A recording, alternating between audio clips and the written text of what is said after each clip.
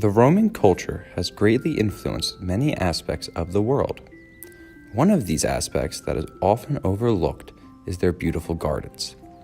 The Romans had massive impacts not only on agriculture, but the use of gardens in architecture.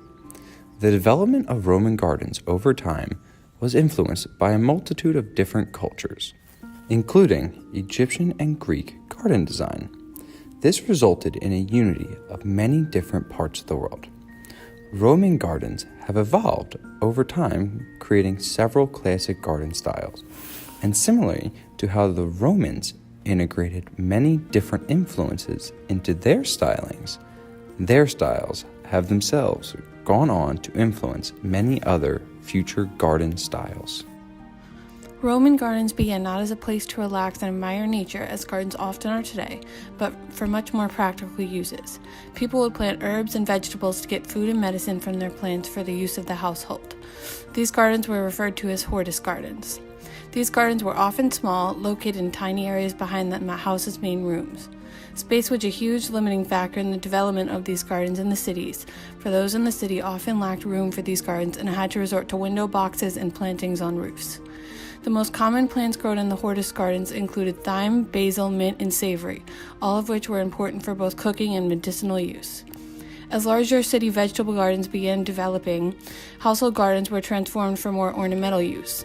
The start of the Roman Republic era in 150 BC shifted gardens from being private and functional to more public and ornamental. Next in the era of Roman gardens was the peristyle garden. Starting around 2nd century BC, the peristyle garden began to render hortus gardens obsolete. This style of garden was greatly influenced by the Greeks, as it began as a colonnaded courtyard in Greek houses.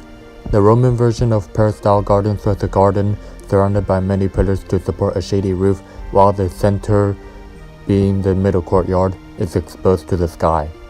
This type of garden leaves a part of the house unroofed for the sake of gardening. They were usually contained inside houses, shrines, and public buildings. The center of these gardens often contained flowers, shrubs, benches, fish ponds, and fountains. Some of the most common garden ornaments were statues or hanging discs of the gods, an example of how religion influenced their garden design. Dionysus was one of the most popular to be featured, as he had an association with vegetation and growth. This type of garden typically existed in an urban setting, whereas Romans in rural settings surrounded their villas with large terraced gardens, which they were able to do because of their wealth. Villa gardens were in essence larger versions of a peristyle garden, so big that they usually had their own buildings separate from the main house. They typically contained elaborately shaped flower beds, trees, hedges, and sometimes water features. Topiary was often utilized in villa gardens. Topiary is the horticultural practice of clipping and trimming shrubs and bushes to take on specific shapes, such as an animal or a person. This practice originated and became very popular in Rome. The most popular plants found in a typical villa garden were roses, cypress, and mulberry trees. Also possibly included were a variety of dwarf trees, tall trees, marigolds, and violets. Since the Roman gardens were very intricate in relation to how the gardens were planned out, another key aspect was how water played a role. Gardens, especially in Pompeii, began being planned around a water feature starting in 1st century BC. The water, either being in a fountain or a canal, became one of the main focus points of the gardens. The addition of these different types of bodies of water were found in Roman gardens not only as aesthetically pleasing, but also helped organize how the different plant lives were arranged. The water helped influence the sequence of how people were to walk around the gardens. The way the Roman gardens are sequenced in pathways around a central fountain helped show off the plant life by the different colors found and generally show the smaller plants to the larger plants in sequences.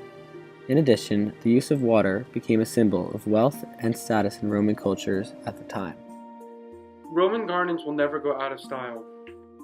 Modern Roman gardens are beautiful with their view and features and are used for entertainment and admired for their unique design.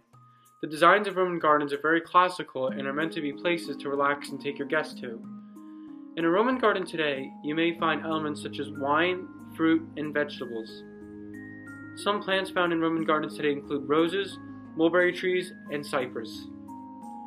Marble-like structures can be incorporated into the design for a traditional feel, decorated with vines and flowers. As you can see, Roman gardens have evolved throughout time. In the beginning, they were mainly used for growing vegetables, fruit, and herbs. Later on, however, Roman gardens went from being used as private gardens into being used for public pleasure. They were influenced by many cultures and continue to be prevalent today.